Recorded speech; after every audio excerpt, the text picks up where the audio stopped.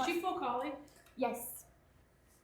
Yeah. So one thing, and you had mentioned it earlier, you know, that us as humans tend to create most of the bad behaviors. I did something bad just now. I knew it. That's why I'm here to learn too. So yes, 100%. This is very important. But when she jumped up, you kind of petted her. You know, I did it over there. you give her some attention. Yep. So the reason dogs jump is because they get rewarded for it.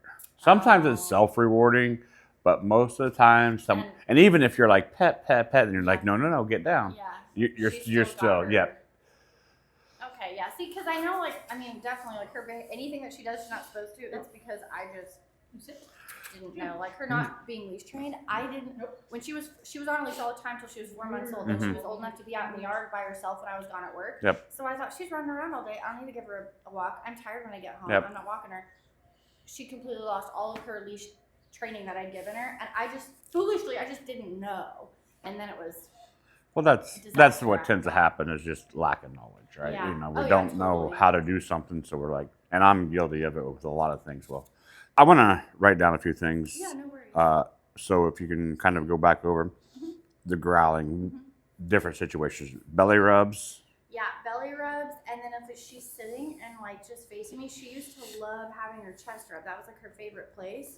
But if like I get low enough on her chest, kind of like I think where her rib cage kind of starts, then she'll growl. So I notice it more in her belly, her chest, and her legs with excessive rubbing. I want to teach them how to shut this pressure off before we actually go out and go for a walk. So we do a lot of work in here, just adding pressure. The dog comes to us, we release it. When that pressure goes away, that's the first reward. We follow up with treats. Okay. So we use this to get the dog going really good. And then we go to the e-collar. This one you will take home. This is going to be a big part of your homework for this week.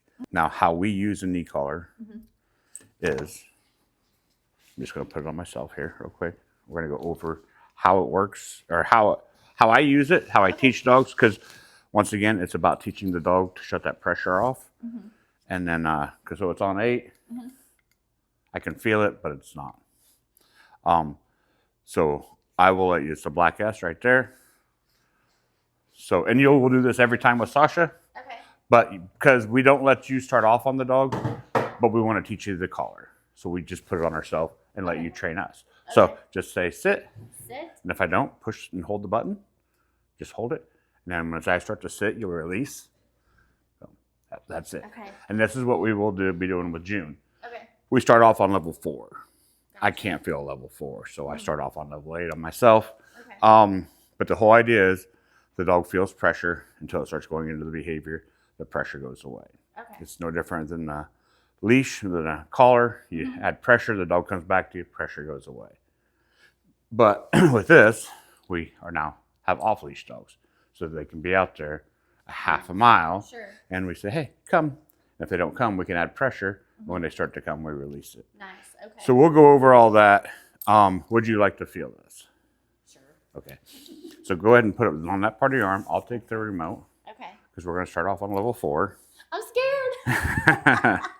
Well, the reason it gets scary is because we've always used them for punishment, you know, that high shock, light that dog up. Well, this is different. So here's a 4. This is what we're going to start her out on. Okay. Oh, you can't really feel it at all. She's going to ignore that. No, she won't. I promise. Because it's all about teaching, and there's a teaching phase in there. And once she learns how it goes, now I will say, when that squirrel's out there, yeah, she's going to ignore it for her. But we'll teach her how it works. Perfect. Here's a 5. Okay. Ooh. I must have put that where my nerves are.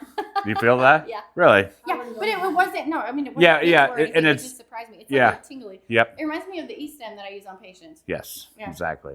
It's not. People look at it as like a 110 shock, you know, an outlet. No, it's not that. It's not like a zap. It's like a. It's different, but it could still cause discomfort if you go high enough. So also, if you felt that, we'll stop there. Okay. I highly encourage you to when you go home, put it on yourself. Start out low. And go to that level where you're like, okay, that's enough. I probably don't want to go any higher than that. Yeah. and then let us know what that level is. Okay. Because that's kind of the way we train the dogs. Gotcha. We teach them to shut low pressure off, Mm-hmm. and then we go to a level where they're like, yeah, I'm okay with that going away. Okay. And never coming back. Sure. And that's how it works. Gotcha. Okay. But to go over the collar a little more here, of course, you hit the black S, and that's what stems. Mm-hmm.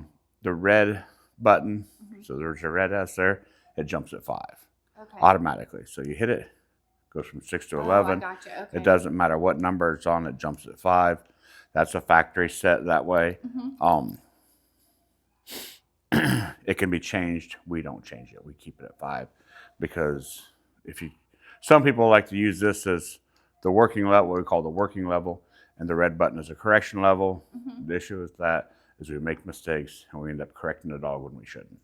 Fair enough. And if you go just to the M Mm-hmm.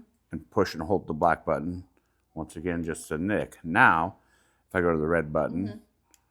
jumps at 5, but still just a nick. Gotcha. Okay. Now, in my opinion, if you just want to nick, have it on constant, and you can nick. If you want constant, you push and hold. Sure. If you want it to jump 5 with a nick, you tap it. Yeah. And then, so I just keep it on the 1D, the number, and the C.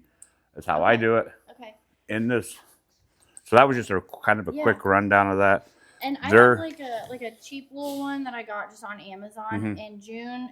I've only done vibrate and beeping with June. She ignores the vibrate completely, but the beeping, like, I don't know if it's like just because she's like so sensitive to noises or something. She does respond okay to beep, but I also probably don't do it right with her, just, Well, we'll teach you, and we can incorporate that beep into there. But I mean, if that works, I mean, like I said, I've not done that type of thing with her. Because like with when you add pressure to the dog, adding pressure is where you get the reliability, right? When that pressure goes away, it reinforces the behavior. Okay. We won't get into too much of the science. Just know that the pressure is where we get reliability. Gotcha. Okay. So this is this is the charger. Okay. It plugs into both at the same time. Oh, nice. Okay. So you have a port here, and then one on the back side of here. These charge like in 2 hours. Nice. I take them off at night, charge them all night, put them back on in the morning. If you're going to be around her and asking things of her, especially for when she first gets home, make sure this is on her. You have to be able to compel the dog to do what you ask. Otherwise, she's going to learn, I don't have to listen. So the instructions, the most important part of this is right there. Perfect. So go over that. Remember that this is your homework. There's a lanyard here that can go on that if you so choose. All right, I know we just did the intake for June, but I haven't properly introduced her to you guys. This is June. She's here for a 4-week. She's a 2-year-old border collie. So, and she just needs some obedience. She has some issues with not liking baths, stuff like that we're going to work on. But today, the very first thing I do, come here, is we work on engagement. So we'll take her off leash, let her kind of run free. I will grab some treats. So I don't worry about too much behavioral stuff at this time. We just want the dog to engage with me. Get her to like me, trust me, that type of stuff. So grab some treats. Hey, girl. Hey. Yes. Load my marker words. Yes. Yes. Good job. June. Yes. Good job, girl. Yes. Yes. Yes. Yes. Yes. Yes. So the idea of the marker words is it's a bridge from the behavior to the reward, telling her she did the right thing. Hey, hey, no. Good. Good girl. Yeah.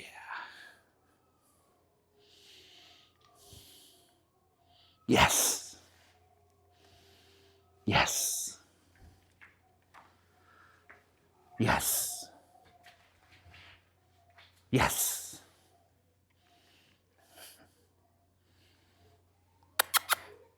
Hi. June.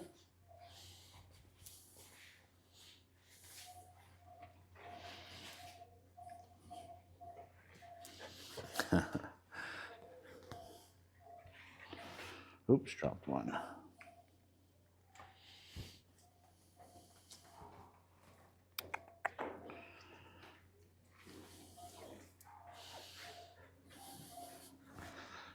Hey, June.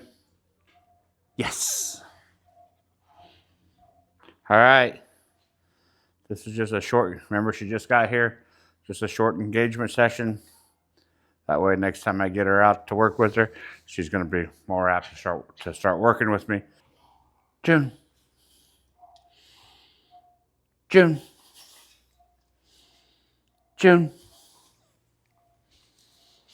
June. June.